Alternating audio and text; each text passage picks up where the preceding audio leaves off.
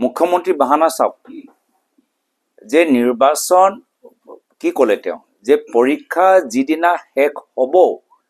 সেইদিনা আমি পঞ্চায়ত নিৰ্বাচনৰ তিথি তাৰিখ ঘোষণা কৰিম নিৰ্বাচন কেতিয়া কি পৰীক্ষা কেতিয়া শেষ হ'ব তো আমি আগতেই জানিম স্কেডিউলবোৰ ওলাই আহিব তো সেইখিনিয়ে চাই আগতে তেওঁলোকে ডেটটো দি দিয়ক যাৰ ফলত যিদিনা পৰীক্ষা শেষ হয় তাৰ 4 দিনৰ পিছত 3 দিনৰ পিছত নিৰ্বাচন তেওঁলোকে প্ৰক্ৰিয়াটো আৰম্ভ কৰক ডেট স্কেডিউল নাজানে নেকি ল'ৰা ছোৱালীবোৰ স্কেডিউল নাজানে নেকি কি অন্তিম পৰীক্ষা কোন দিনা হ'ব এইটো সবেই জানে তো সেই কাৰণে অন্তিম পৰীক্ষা শেষ হৈ যোৱাৰ পিছত তাৰিখ ঘোষণা কৰিবলৈ ৰৈ কিয় থাকিব লাগে এইটোৱে প্ৰমাণ যে তেওঁলোকে পঞ্চায়ত নিৰ্বাচন তেওঁলোকে ভাবাই নাই কৰিবলৈ আৰু মিত্ৰতা সম্পৰ্কত আমি সদায় কৈছো যে আমাৰ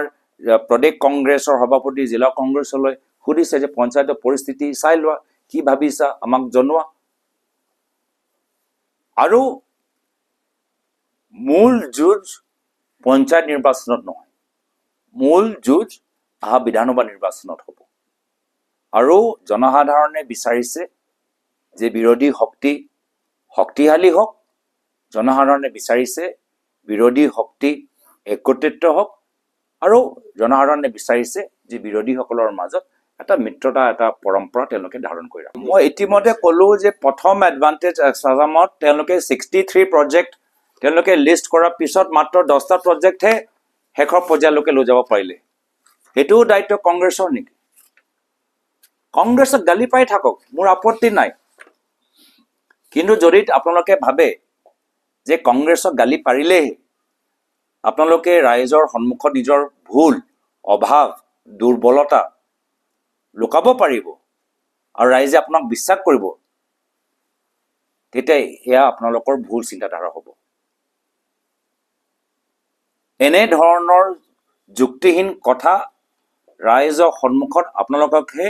দুৰ্বল প্ৰমাণ কৰিছে ৰাইজ আপোনালোককে আৰু বহুত বেছি জ্ঞানী সব কথা ৰাইজে বুজি পাইছে অলপ ভয়ত আছে আপোনালোকৰ পৰা সেইকাৰণে ৰাইজে মুকলিকে নিজৰ কথাখিনি কোৱা নাই কিন্তু আমি ৰাইজৰ পৰা এই ভয়টো আমি নাইকিয়া ৰাইজৰ মাজৰ পৰা এই ভয়টো নাইকিয়া কৰিবলৈ বিচাৰিছো বিধানসভা নিৰ্বাচনত অসমখনত দাদাগিৰি মুক্ত অসম আমি কৰিবলৈ বিচাৰিছো ৰাজনীতিৰ পৰা দাদাগিৰি আমি নাইকিয়া কৰিবলৈ বিচাৰিছো